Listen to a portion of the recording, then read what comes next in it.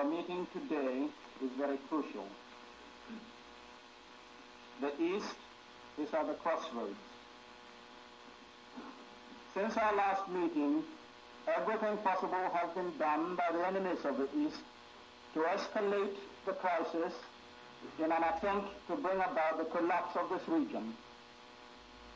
They have failed and will continue to fail.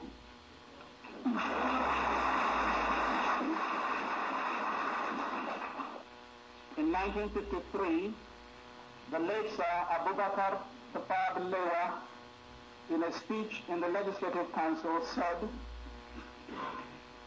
since the amalgamation of the southern and northern provinces in 1914, Nigeria has existed as one country only on paper.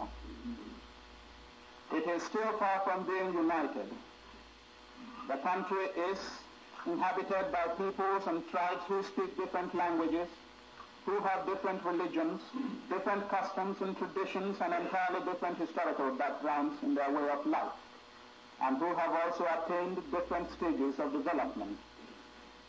We do not want our southern neighbors to interfere in our development, but I should like to make it clear to you that if the British quitted Nigeria now at this stage, the northern people would continue their interrupted conquest to the sea.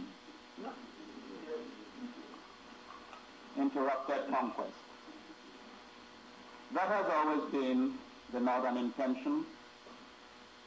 Thank God that the East has now awakened to its responsibilities. And with that awakening, that ambitious dream will never be fulfilled in this country.